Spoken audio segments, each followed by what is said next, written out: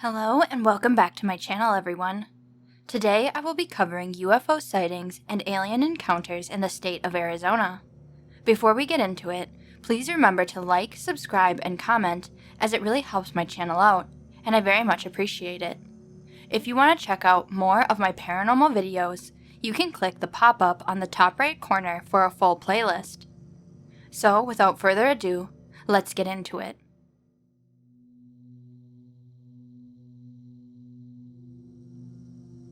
Two Phoenix pilots claim sighting UFOs in skies. From the Phoenix Gazette, March 21st, 1969.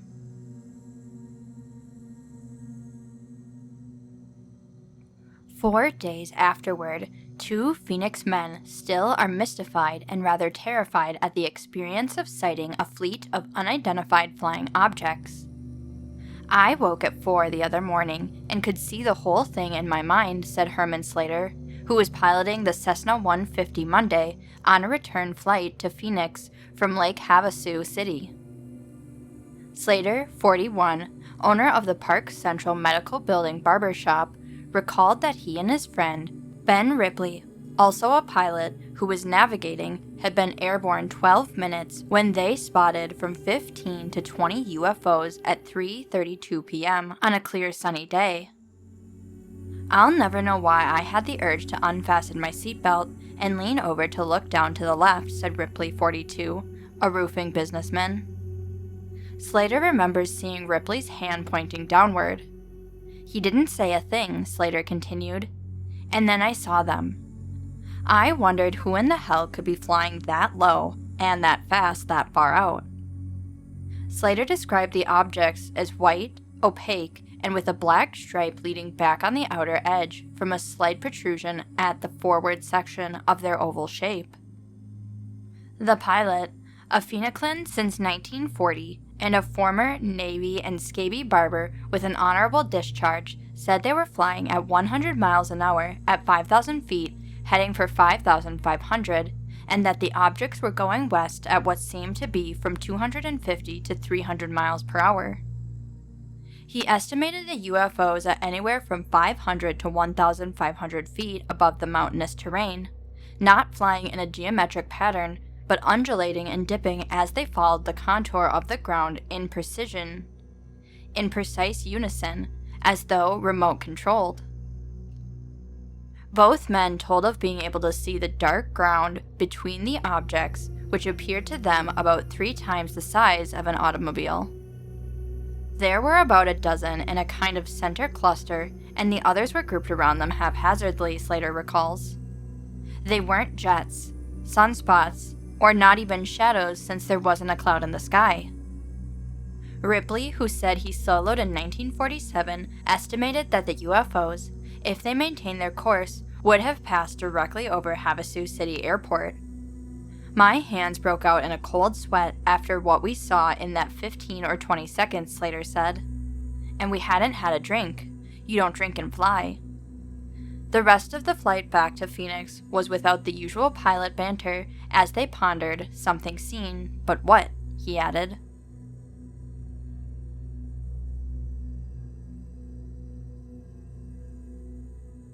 Area people describe UFOs in Prescott. From the Prescott Evening Courier, August 10th, 1970.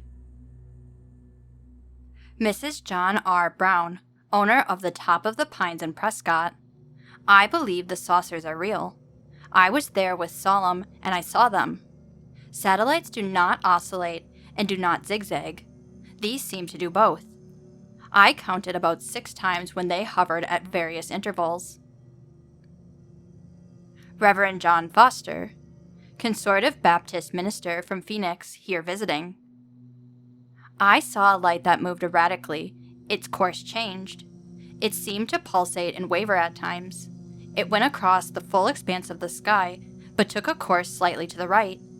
It appeared at about 35 degrees above the ground and disappeared at about the same elevation at the other end of the sky. It had the same light as a bright star. Agnes Lildrugren, pilot from Glendale. Husband was one of the designers of the B-47 in World War II. I have seen the objects for 3 nights here in Prescott. Saturday night I tracked it at 180 degrees. Then it changed to 120 degrees. I know what planes look like. It wasn't an airplane. I believe this is a true sighting. This appeared first near the North Star. Satellites go from one end of the sky to the other in one steady direction. This didn't. Greg Stumpf and Roger McIntosh, students at Yavapai College. We saw the object move from the north to the south. We believe it could have been a satellite. We don't believe the reason they are here, if they in fact are, is only because of the Hopi. There's got to be more to it than that. Dick Zabriskie, son of the Prescott College instructor. The first time I saw the UFOs from my house, it seemed to stand still within a column of 4 stars, and then it started to move. This was about 11 p.m. last Tuesday. On Thursday, another object moved, going backward and forwards. This was about 9:30 p.m. It changed colors from red to blue, then to green.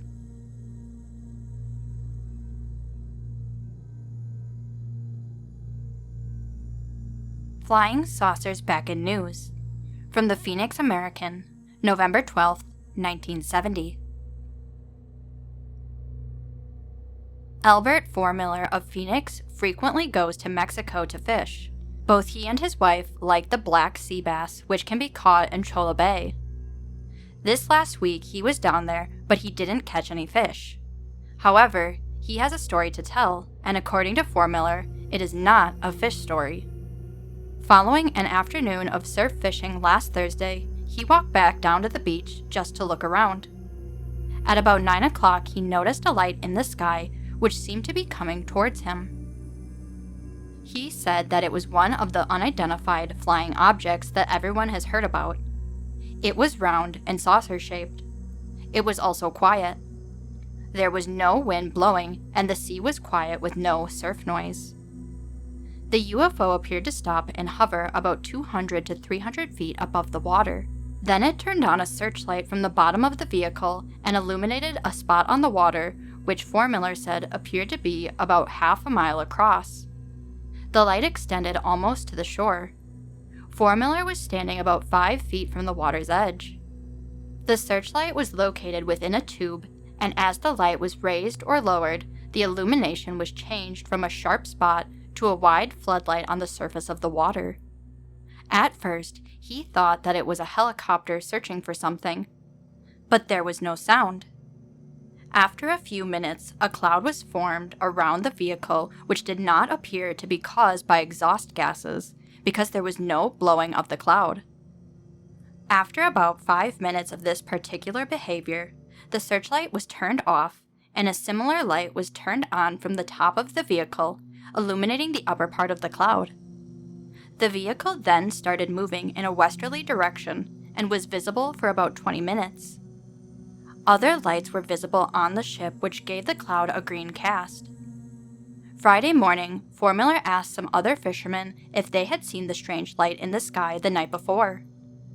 One man, who is a security guard at one of the industrial plants in the Phoenix area, said that he was just coming into the bay after having been out in the Gulf all afternoon, and he saw the light in the air. He also said that he saw it move to the west with the greenish cloud around it. However, he was in another part of the bay and could not see the searchlight shining on the water.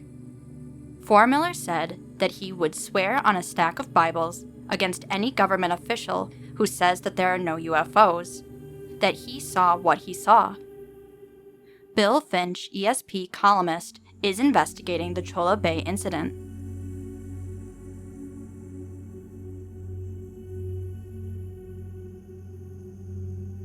UFO Symposium. UA Meet is out of this world. From the Tucson Citizen, November 23, 1971. Frank B. Salisbury, exobiologist from Utah State University, said here yesterday.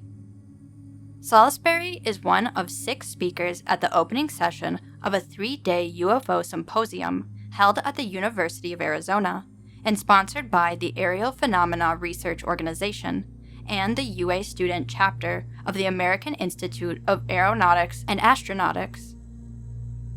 Salisbury said there are hundreds of millions of planets in the universe. There is tremendous possibility for life even in our galaxy. There are more than 50 habitable planets 100 light years from Earth. There is precedence for life there, and it could be advanced enough to visit Earth. We couldn't possibly know for certain. There's not enough information. Salisbury is known for his work on Martian biology. He said life can exist with conditions extremely different from Earth. He said he has seen plants grow in sand and frozen 20 degrees below zero every night in the absence of oxygen. He said fully formed flowers can thrive under snow, and algae grows under sandstone. Scientists have grown life forms in gasoline, oil, salt, he said. We have seen very strange situations where life exists. He said there is near conclusive evidence that no intelligent life exists on Mars. Photographs taken close enough so that freeways, landing strips, and farms would show up on Earth yielded nothing. Finding intelligent life there is now extremely unlikely, he said. Salisbury was followed on the program by John C. Munday, a biophysicist at the University of Toronto. He reported 2 specific cases of UFO sightings and the reactions of the witnesses. The first was in Colombia in 1969. 6 children and 7 adults, ranging in age from 10 to 70, witnessed a UFO from the porch of their farmhouse. The UFO was reported some 50 meters away from the porch. One man approached the luminous orange craft and later reported it contained a humanoid. The craft rose and departed, Munday reported. 2 days later, he became sick. 8 days later, he died. He had all the symptoms of gastroenteritis. He might have died from the effects of radiation. Lethal radiation syndrome takes about 1 week for death. The symptoms of the UFO witness paralleled those of radioactively exposed patients, he said. Sufficient tests were not made at the time because the family did not report the sighting until after the man had died. The second case Munday reported involved a single-person sighting at about 4:30 a.m., also in a rural setting. The woman reported seeing an orange craft. By the time her husband came to look, he only saw a star. However, for the next 2 months, the woman experienced severe cycles of skin reddening, drying, and peeling, only where her skin had been exposed the night of the sighting. She said she felt no heat, Munday said, which ruled out many radioactive wavelengths. Most likely it was a short-wave ultraviolet length, much like the one that gives a sunburn, except it took 1.5 days for her reddening to develop, and a sunburn takes only a few hours.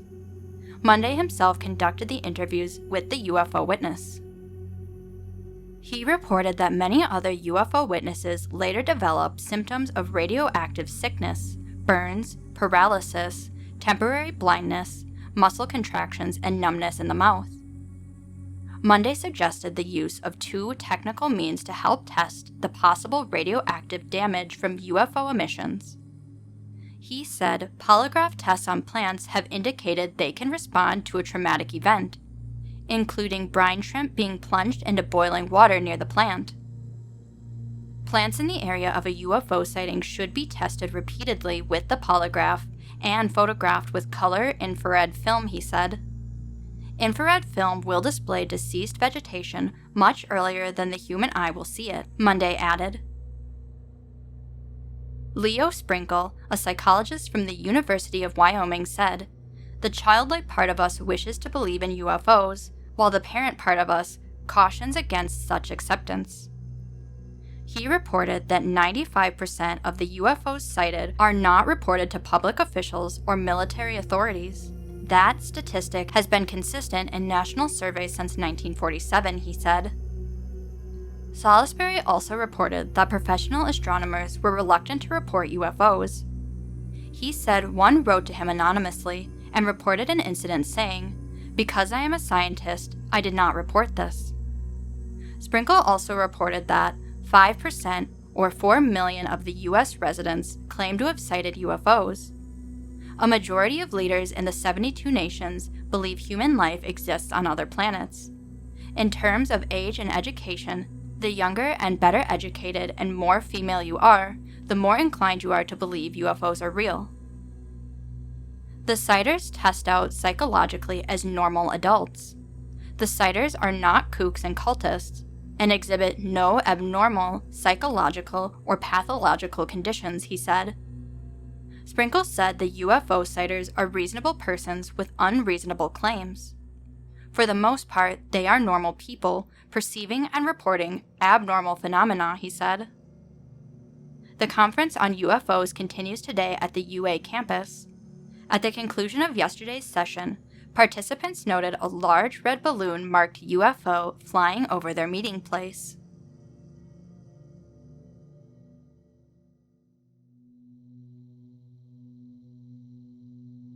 Sky object stirs hunt officers. From the Mesa Daily Tribune, September 12, 1972. Was it a shooting star or falling airplane seen last night by a security guard and 2 sheriff's deputies in the area northeast of Pinnacle Peak? A volunteer air posseman of the sheriff's office, Don LaFrance of Carefree, is flying his single-engine aircraft over the area today in an attempt to sight any possible downed plane. Officers said none has been reported as missing or overdue by local FAA officials. A reported blue light was spotted around midnight by the security guard, who said the object then burst into flames when it hit the ground. He was at the Pinnacle Peak power substation west of Scottsdale and said the plane, or shooting star, was seen about 5 miles north and east of that location. A sheriff's deputy patrolling on Usury Pass Road, northeast of Mesa, saw a similar blue flame go down in the same reported area. The FAA called the sheriff's office after the guard contacted them. 2 sheriff's officers checked for possible fires in the area of the microwave tower off Usury Pass Road and in the nearby Five Fingers area, but was met with negative results.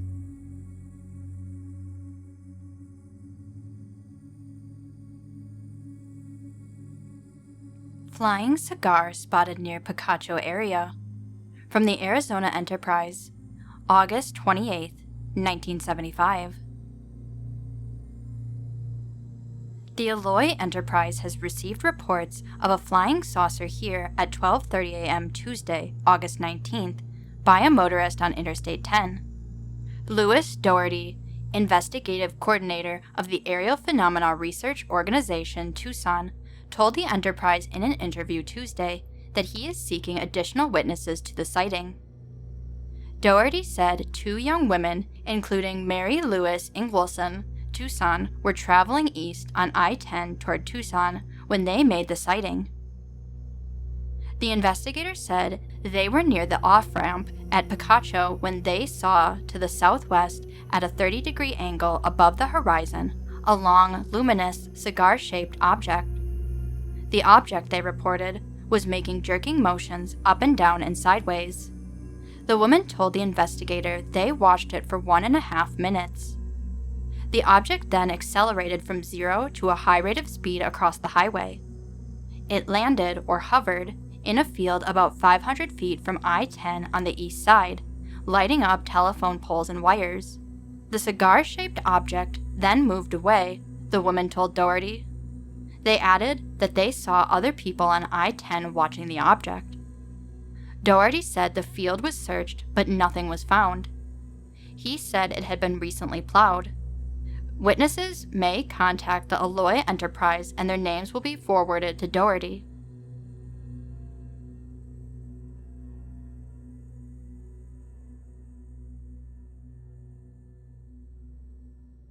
UFO sightings reported at YPG. From the Yuma Sun and Sentinel, October 19, 1973. Are UFOs paying visits to Yuma? They might be for at least 2 Yuma County observers. Last night, about 11:15, Sergeant Thomas Styled, a Yuma Proving Ground military police officer, was on patrol near Martinez Lake Road when he saw flashing blue lights in the sky. Stiles stated that he immediately stopped his vehicle and radioed the desk sergeant. He told the desk sergeant, "The object appeared to hover momentarily over my vehicle. It then took off vertically, making a vacuum-like sound. As it reached a higher rate of speed, it appeared to be flying horizontally." Meanwhile, another man also spotted the UFO. Syed Joseph, a civilian guard at the Kofa shooting range, heard the call on his radio.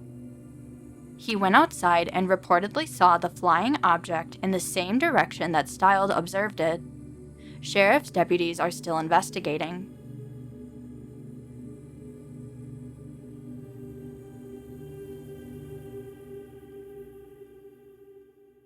UFO reported on Reservation. From the Daily Citizen, July 26, 1974.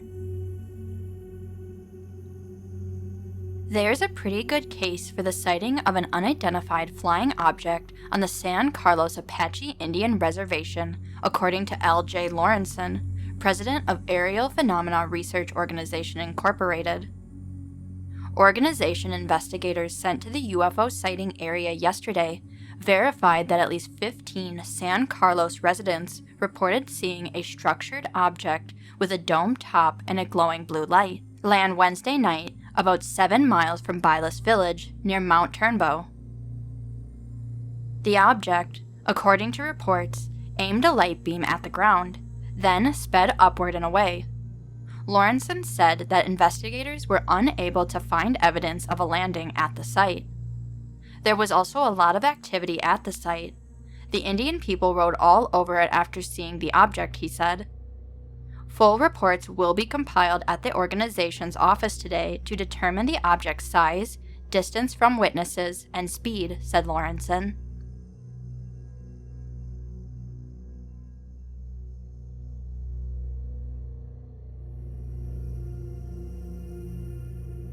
Four report huge object in sky. From the San Francisco Examiner, Friday, April 4th, 1952. Tucson, Arizona, April 3rd. A strange, oval-shaped object was reported seen high in the sky over Benson, Arizona today. At least 4 men connected with Morena Air Force Base, about 20 miles northwest of Tucson, reported seeing the object. Chick Logan, a civilian flight commander, described it as 5 or 6 times as large as a B-29 Superfortress, oblong in shape and without wings or other projections. It was not like a saucer, he said, but more oblong. I flew as high as I could to 14,000 feet, and it appeared to be at least 40,000 feet higher than that. It was real bright and shone like polished aluminum, he continued. I'll tell you, I have been flying for 25 years now, and I have never seen anything like it.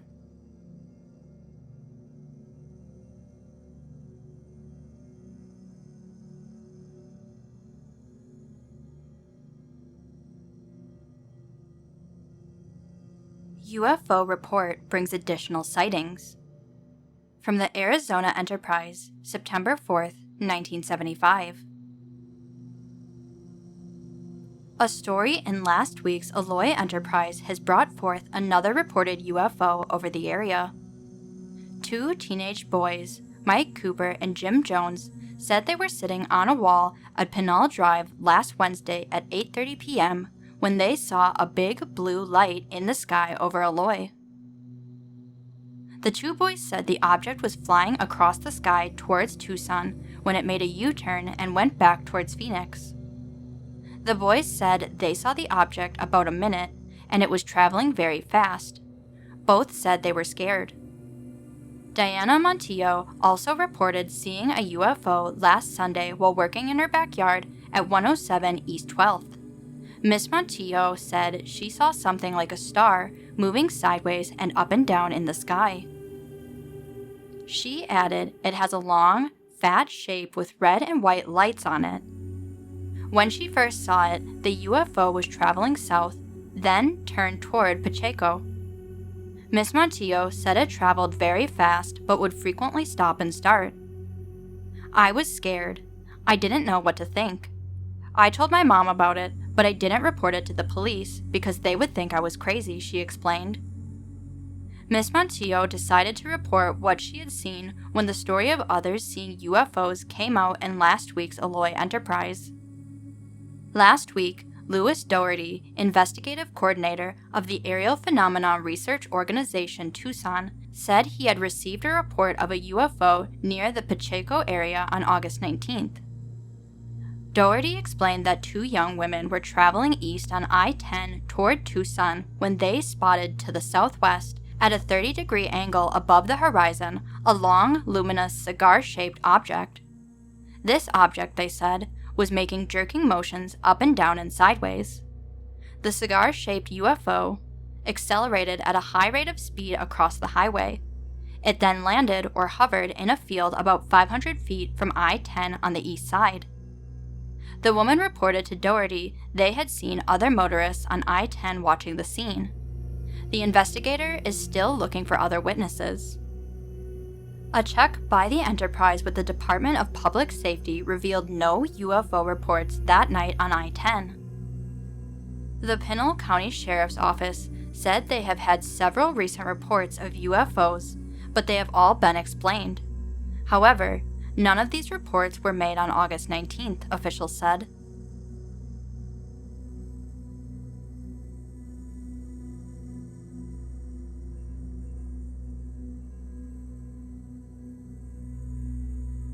Teenagers sight UFO by hospital. From the Nogales International, November 27, 1975. What may have been an unidentified flying object was spotted by Nogales teenagers in two separate locations at around 1 a.m. Friday night, November 21st. One sighting was reported by a group of 14-year-olds near Target Range Road and Western Avenue. A big thing came out. It was round and it had a lot of lights. The lights were green and red and white, says Luis Suarez. A whole bunch of stars together in a group just gliding around, is how another member of the group, Jackie Brunswicker, described the phenomenon. Anita Gallardo, also with the group, described the lights as green, white, yellow, and blue, and said it rose from behind a house on a small hill just off Target Range Road. At about the same time, Hector Suarez, brother of Luis Suarez, reported seeing the same sort of object from near the city's water tower just off Royal Road Terrace. Suarez said the thing he saw started out green, started to fade, and ended yellow. He said the object, which measured about 100 feet across, glided through the sky for a few seconds, then vanished. He did not see where the object came from. Suarez, 17, and his friends were having a little bonfire when they noticed the phenomenon. Miss Brunswicker was the only person who claimed to see the object disappear behind some hills across I-19 from the hospital. Others reported that the object just vanished. Nogales Police and the Santa Cruz County Sheriff's Department stated that no reports of the phenomenon had been filed at their offices.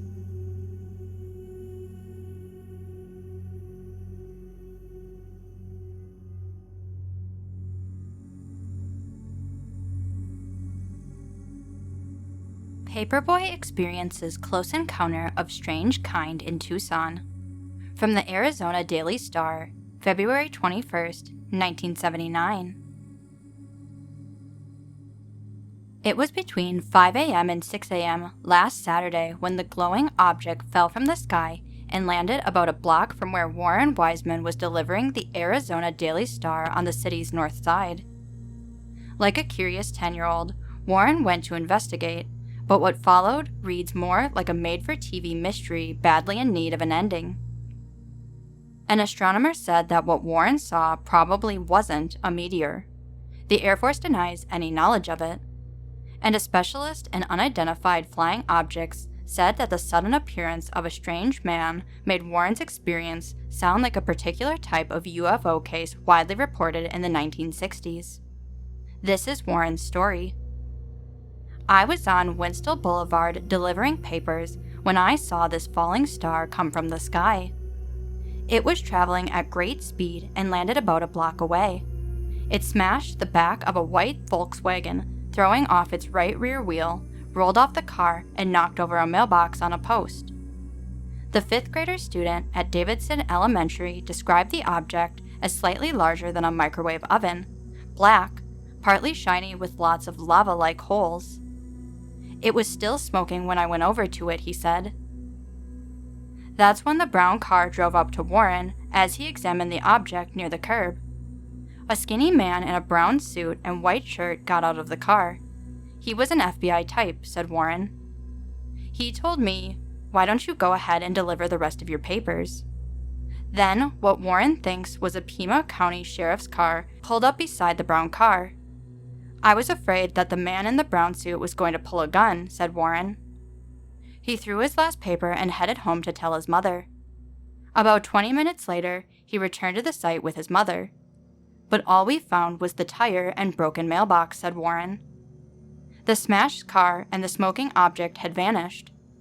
The youngster said he had put a small chip from the object into his pocket while he was examining it, but when he got home, it was gone too. I don't know what happened to it, but I don't have any holes in my pocket, he said. Warren wasn't the only one to see something bright fall from the sky that morning. 3 counselors who patrol the area while children deliver newspapers saw it fall but didn't see where it hit. Margaret Pierce, who lives in the house where the mailbox was knocked down, said that she and her family just assumed someone had hit it with a car. Pierce said that she didn't hear anything that morning, but around the time Warren is usually at their house, our dogs, who stay in the house, just started barking and we couldn't calm them down. They were really upset, and that's not like them. Did Warren encounter a meteor? Highly unlikely, said University of Arizona meteor expert Elizabeth Romer. So what could this object have been? Why was the man in the brown suit eager to get Warren out of the way? And why did the smoldering object and damaged car disappear without a trace? Coral Lawrenson, an officer of the Aerial Phenomenon Research Organization, said it sounded like a particular kind of UFO case widely reported in the 1960s. Her group is a Tucson-based agency that investigates reports of unidentified flying objects. In the 1960 cases, someone would come upon a mysterious object and would soon encounter a strange man. Without explanation, the man would warn the person to keep quiet about what he had saw, and would often imply bodily harm, Lawrenson said. She declined to speculate on what Warren had experienced, commenting only that this is strange.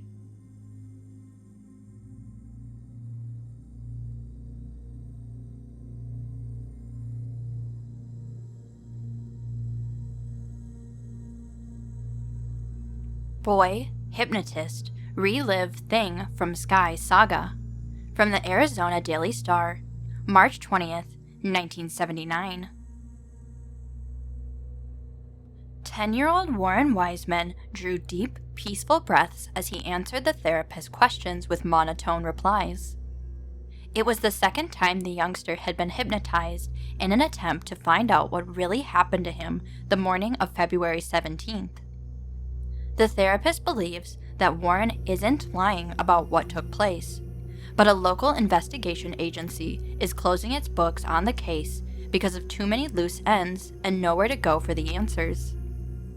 In his initial account, Warren said he was delivering papers on the city's north side when he saw something bright, like a falling star, crash about a block away, hitting the rear of a car and knocking down a mailbox on a post.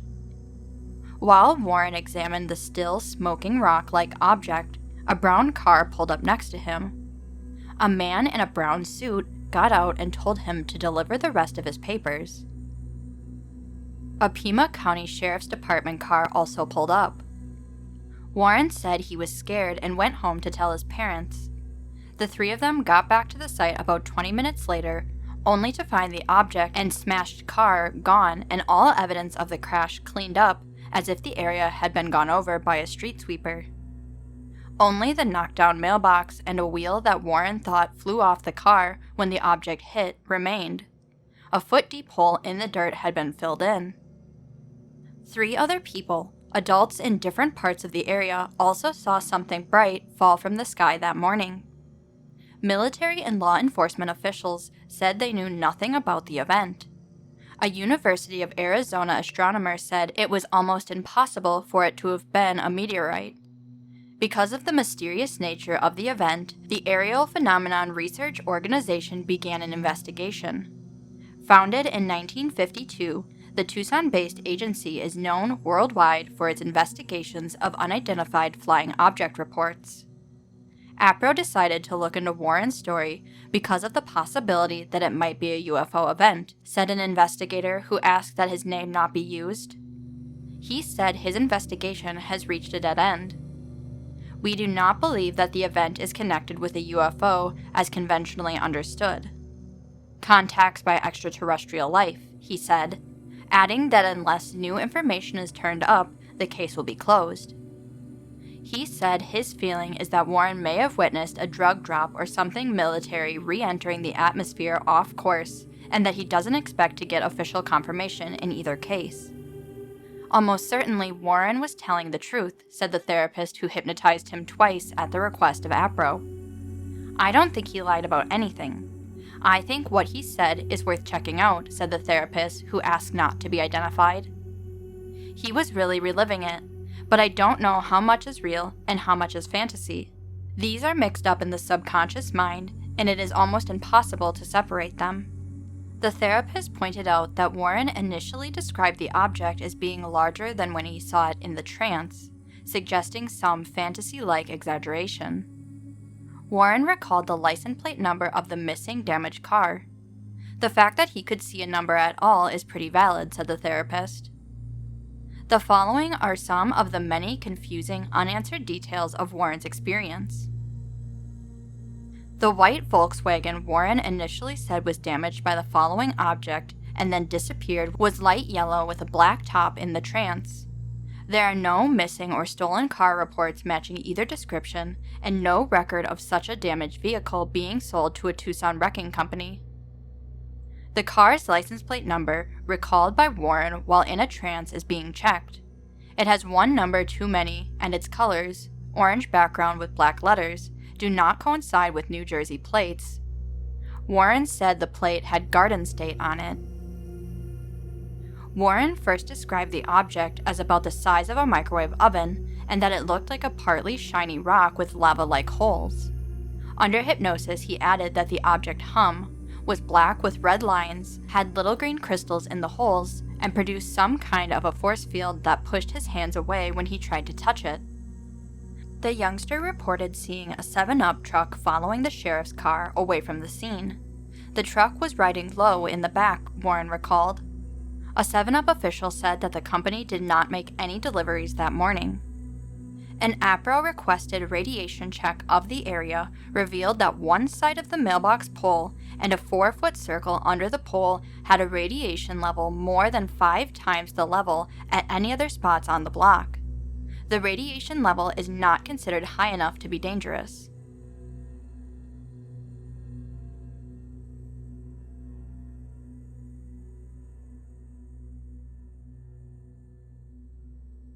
UFO skeptic swayed by tale of extraterrestrial visitors.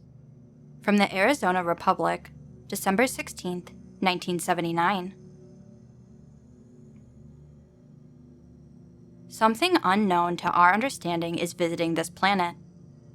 Lee Elders delivers the statement in measured tones between sips of iced tea at a Phoenix restaurant. Hardly the wild-eyed fanatic, Elders is Director of International Operations for Intercept, a Phoenix-based company involved in private communications protection, in a word, debugging. Elders conducts electronic sweeps in an effort to foil the pirates of industry and government who seek to gain critical information by electronic eavesdropping. A clear-eyed, sandy-haired man of about 40, Elders nonchalantly relates how a man who makes his living by being suspicious came to believe in extraterrestrial beings.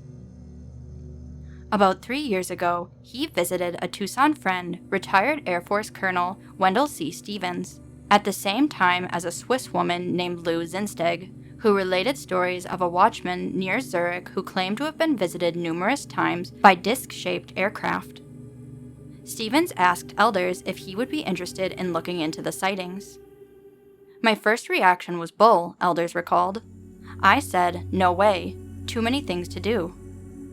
Stevens went over himself, elders said, and brought back a suitcase full of photographs and other data on the alleged visitations. Shortly thereafter, elders was scheduled to conduct an electronic sweep for a client in London, and yielding to curiosity, he sought out the watchman, Edward Meyer, in the countryside of Zurich canton. Elders said he found that far from seeking publicity, Meyer was not at all eager to discuss the sightings. His manner was quiet, unassuming. "I was totally impressed with the man," elders said. He was to learn later that Meyer's initial reticence stemmed from censure and ridicule he had suffered from some Swiss, as well as alleged scrutiny by several intelligence agencies. Under questioning by elders and his associates, the following story emerged. On January 28, 1975, Meyer felt an odd compulsion to leave his dirt-floored residence and drift about the forest and meadowland surrounding it. He took with him an old camera, the focus of which was jammed just short of infinity. Around 2 p.m., a sound alien to the Swiss countryside caught Meyer's ear, a throbbing, humming sound that held his attention. Then, forcing itself into his view and imagination, came a silver, disc-shaped object that circled slowly before him and swooped to a landing 100 meters away. About 7 meters in diameter, it hovered over the meadow. Meyer ran toward the craft, but when he had gone about half the distance toward it, he was stopped by a force that, try as he might, he could not overcome.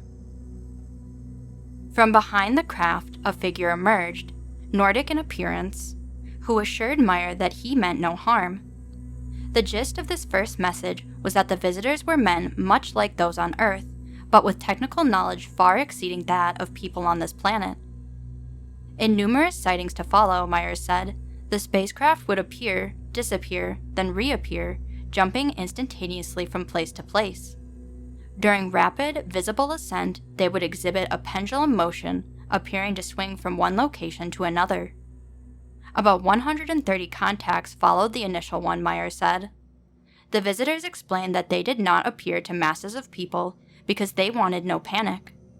They wanted to nudge the imagination gently to test the sensibility of Earth, to probe, to mildly influence. They were able to come to Earth from their home in the Pleiades because they had developed a propulsion force capable of attaining hyperspace velocity. At that point, space and time were reduced to non-space and non-time, annihilated. Light years were reduced to fractions of seconds. Elders says he is convinced that Meyer is not lying. Stevens says he is also convinced. He said that during his 30 years in the Air Force, he flew virtually every aircraft available and spent 2 tours of duty in technical intelligence. At the time Lou Zinsteg brought him Meyer's photos, Stevens felt he had the best collection of UFO photos in the world. She brought in the best UFO photographs I had ever seen, he said. Stevens then corresponded with Meyer for about a year.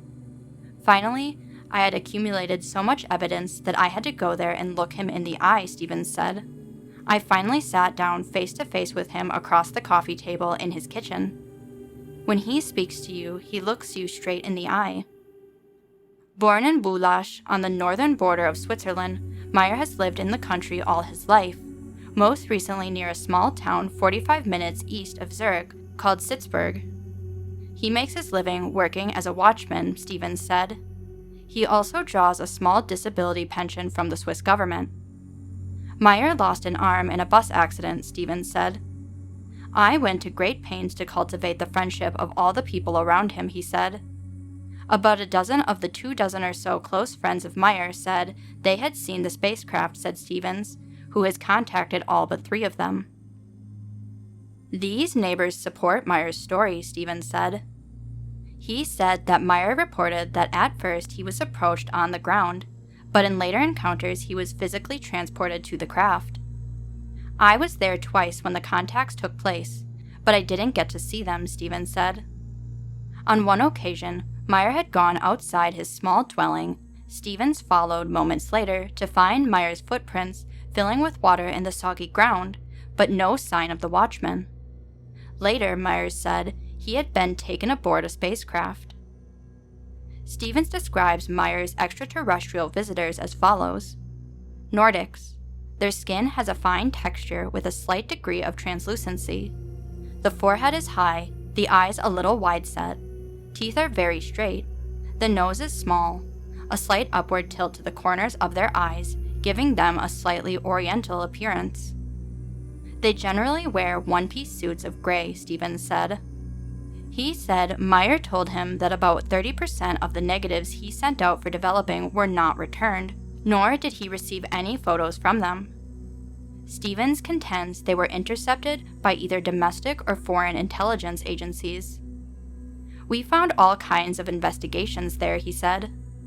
The Swiss Canton police have conducted an extensive investigation of him. The West Germans had a team of investigators that stayed there for months. The Australians were also there. The Czechs had intelligence people there. They were all doing it in a highly clandestine way. Police in Zurich declined to discuss Meyer with the Arizona Republic. Henry Wutschert of the Zurich police said any inquiries regarding Meyer would have to be submitted in writing. Meyer could not be reached by telephone. Meyer's last sighting was about 2 weeks ago, Stevens said. Is Meyer simply a clever con man masquerading as a Swiss rustic, a Ned Warren in the clothing of Heidi's grandfather? We checked that out very carefully, Stevens replied. No trace of resentment in his voice. He was not lecturing. He was not selling his story. He was not selling his pictures. He had no background of promotion, no record of conning anyone.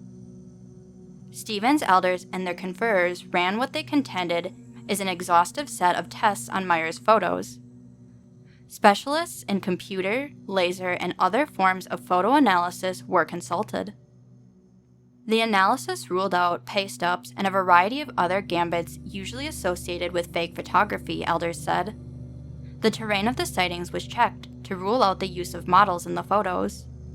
The terrain at many of the sightings would make such manipulation impossible, the investigators concluded. They questioned witnesses other than Meyer, including children who were more than willing to discuss their friends from the sky, elders said. Subjected to lie detector tests, the witnesses passed with flying colors, according to elders. The investigative team found itself nudged into belief. Lee Elders, professional skeptic, believes that something beyond the realm of known human experience is happening to Meyer, and Wendell Stevens believes it. They have compiled a collection of the best photographs now available in local bookstores. I am convinced from all that I have seen and all that has been examined and tested that this is not a master hoax, Stevens said.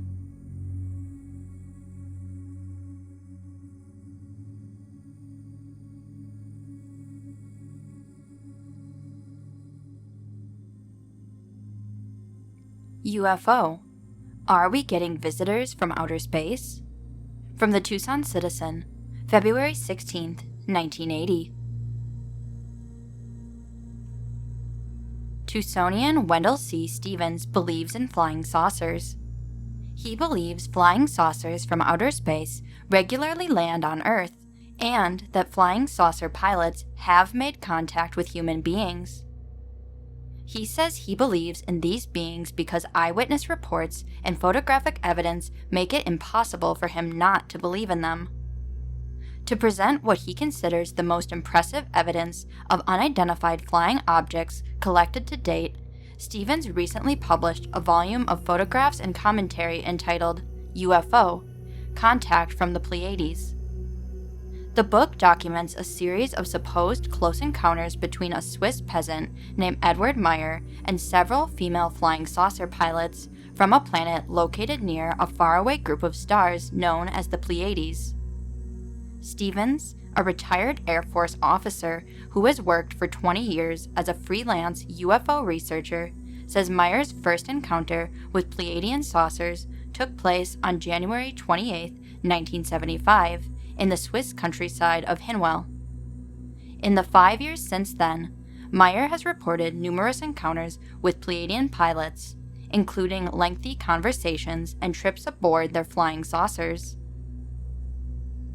Preposterous as this may sound, Stevens says photographs of the saucers, some of which accompany this article, movie footage, tape recordings, substantiating testimony from other residents of the Hinwil area, and spacecraft landing tracks have convinced him and other researchers that this is a real contact from outer space.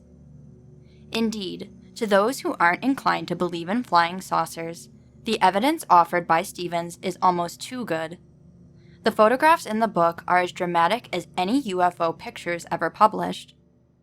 They clearly depict what could only be flying saucers hovering over the verdant Swiss countryside, unless, of course, the photographs somehow were faked.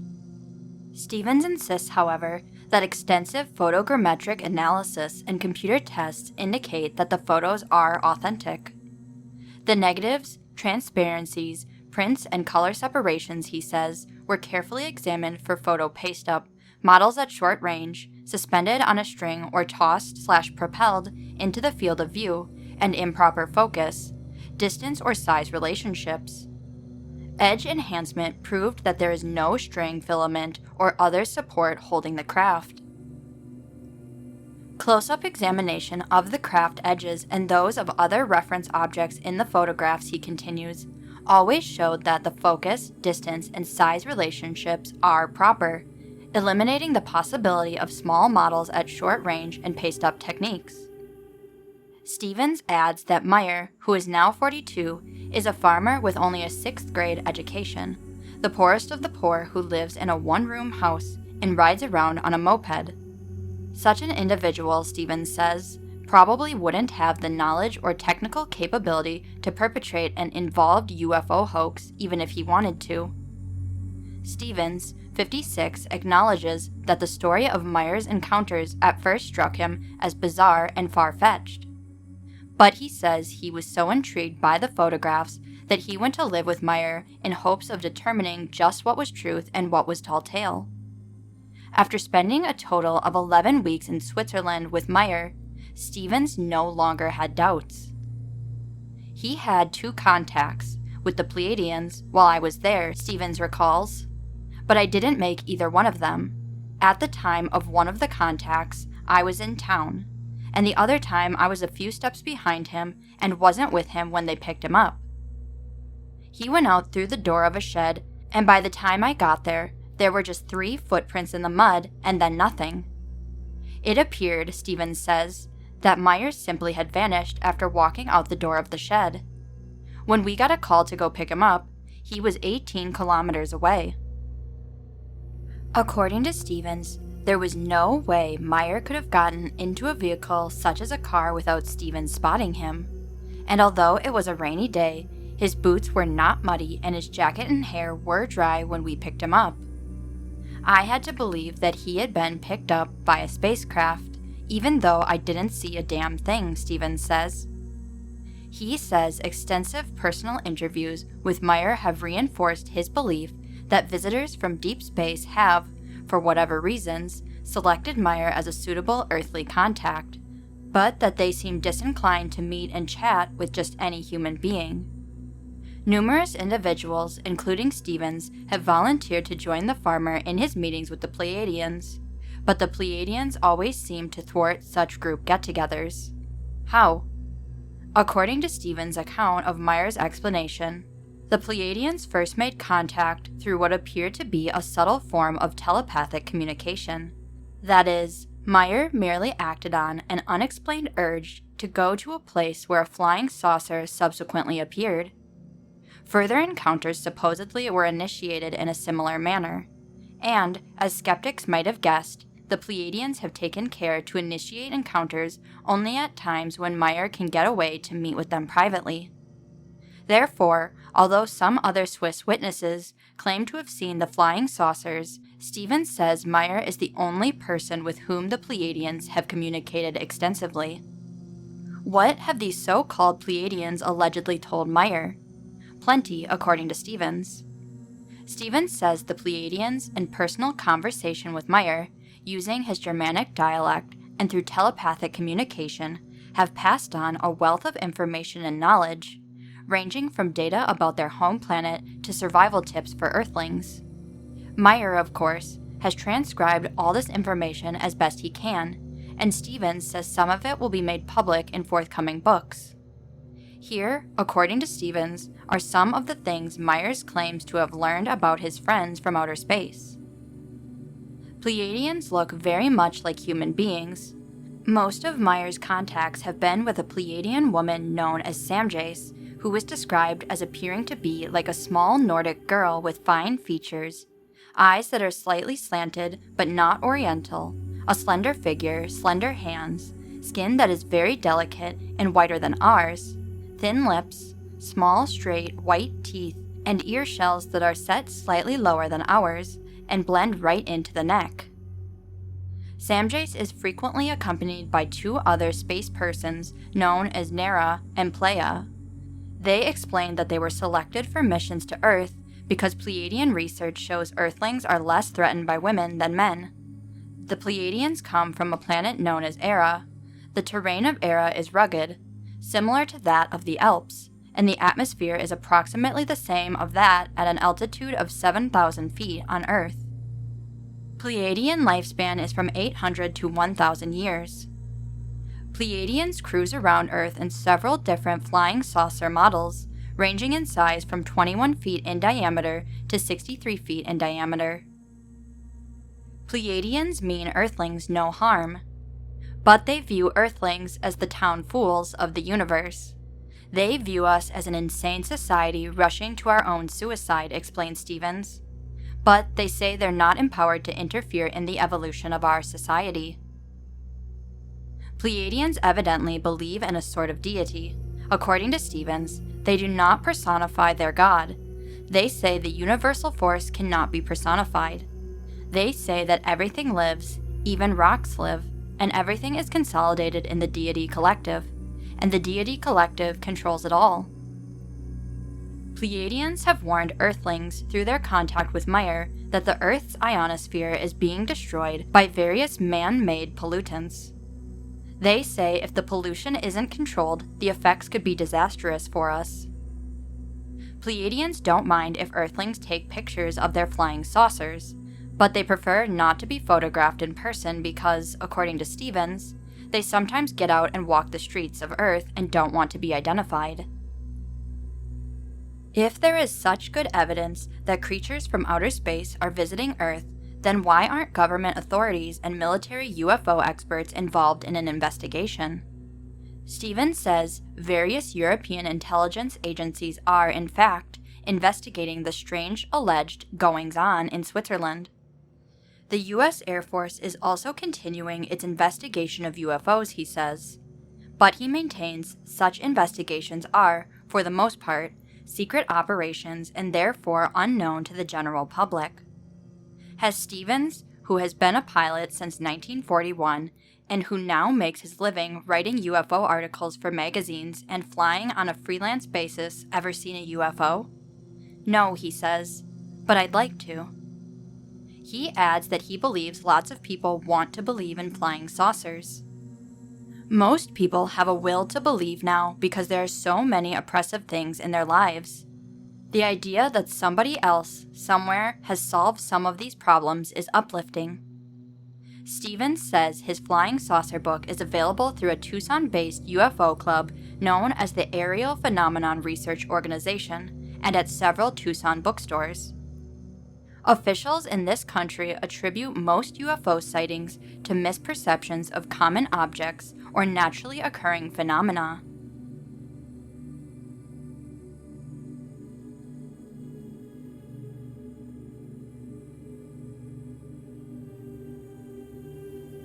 Friendly UFO sighted over Morenci. From the Phoenix Gazette, March 13, 1981. A boomerang-shaped UFO that witnesses claim is larger than several football fields has been making appearances in the Clifton, Morenci area, and it seems to be friendly, says local residents. The UFO has been spotted at least 3 times above the giant Phelps Dodge smelter plant smokestacks. Many witnesses, including the Morenci High School Band and its director, Greenlee County Sheriff Ralph Gomez, and dozens of local businessmen and residents have reported UFO sightings between October and January. It's definitely not a plane, said Joe Navarez, a repairman for Phelps Dodge. Navarez was with 4 other repairmen on their lunch break when they saw the UFO swoop out of the sky last October 23rd. I'm always looking into the sky, said Navarez. I saw this huge thing flying over us and told the driver, stop, everybody look. He described the UFO as V-shaped with lights all around it. There was one real bright light, a kind of searchlight. Navarez said the UFO stopped above the smelter and shined the giant light into the smokestacks. He added, we were amazed and happy. It took off at a tremendous rate of speed and came back. It acted kind of friendly. I wasn't scared. About 100 members of the Morenci High School Band also spotted the UFO while they were holding band practice at the football field about a mile from the smelter. One student said, I looked up and saw all these lights shaped in a V. There was no sound, but the lights were red and white, shaped like a boomerang. It just hovered in one place. Some of the students became frightened and fled from the area in their cars, he said. Navarez said the object seemed to be nearly as large as the smelter, which is a half-mile long. Kent Davis, 19, another Phelps Dodge worker, was with Navarez. It looked like it was right on top of us, he said. It couldn't have been more than 200 yards above the smokestacks. The lights were in perfect formation. They never wobbled or dipped. Davis added, I've never believed in UFOs before, but if there are such things, I believe that's what it was. He said one of the red lights on the boomerang's wingtip just took off from the light formation, sped off toward Safford, and then came back again. The oldest member of the Dodge Phelps crew, Larry Mortensen, 41, described the incident as a strange experience. He said, none of us reported what happened to authorities because we didn't want anybody to laugh at us. He said the UFOs seemed to be investigating the smokestacks with an intensely bright light. While we were watching, it suddenly accelerated away, he said. In seconds, it was nearly out of sight. A more recent spotting of the UFO was made by Sheriff Gomez, who said he saw it while he was leaving the sheriff's office and driving to his home. The distance was too far away to get a good look at the object, but Gomez said he is convinced it wasn't a plane. While we were watching it, it suddenly accelerated away, he said. In seconds, it was nearly out of sight. A more recent spotting of the UFO was made by Sheriff Gomez, who said he saw it while he was leaving the sheriff's office and driving to his home. The distance was too far away to get a good look at the object, but Gomez said he is convinced it wasn't a plane. Asked what he thought he saw, Mortensen said, I have never seen an airplane stop in midair before, and I've never seen planes take off with that kind of speed and suddenly be gone. He said he wishes the UFO would return. I got the feeling that it wasn't aggressive and didn't want to do anything to frighten us, he said. It was a friendly UFO. Radar technicians at the Williams and Davis Monthan Air Force Base said they haven't noticed any unusual aerial phenomenon in Greenlee County. Navarez said some of his neighbors have set up UFO watches. I'm going to keep looking up, he declared.